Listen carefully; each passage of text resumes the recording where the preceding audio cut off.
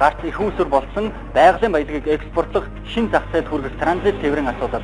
За далаад гарцгүй Монгол улсын хувьд Монгол улсад тээврийн зардлыг хэмнэх, экспортын хэмжээг нэмэгдүүлж, үүнийгээ дагаад эдийн засгийн үр өгөөж үсэх юм а.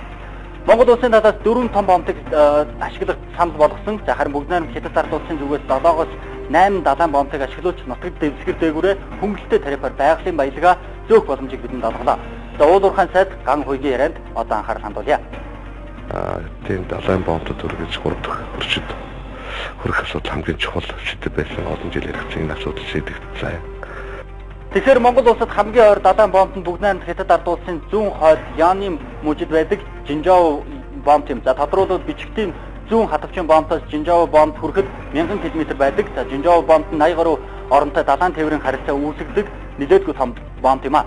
Мөн Дандонг бомб за бас нэг гарч байх боломжтой. За тээврийн мөн энэхүү бомбнууд бүгд найрамд Хятад ард улсын хойд иргэн цорын ганц хөдөлгөөн бомб гэдгээр онцлогтой юм. За тус бомбын хувьд одоогоор 60 сая тонн ор хэмжигдэх ачаа нэвтрүүлэх хүчин чадалтай. За энэ хүчин чадлаа 2016 оноос өмнө 200 сая тонн болгохоор ажиллаж байгаа баримт байна.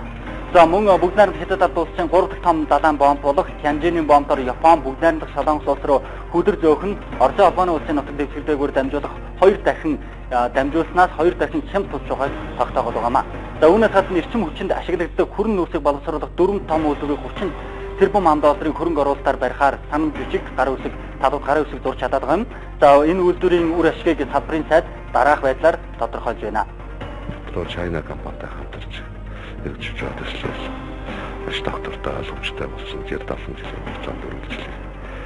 Спортч байгаа газрын тосны хооронд бензин бензиний хэмжээ 4 дахин нэмэгдүүлсэн. За бас газрын тос боловсруулах үйлдвэрийг яалтаа эхлүүлэх хэвлэлийн гишүүд байгуулах гэдэг энэ зүйлүүд бол хийгдсэн байгаа. Бүгд найрамд Хятад ард улсын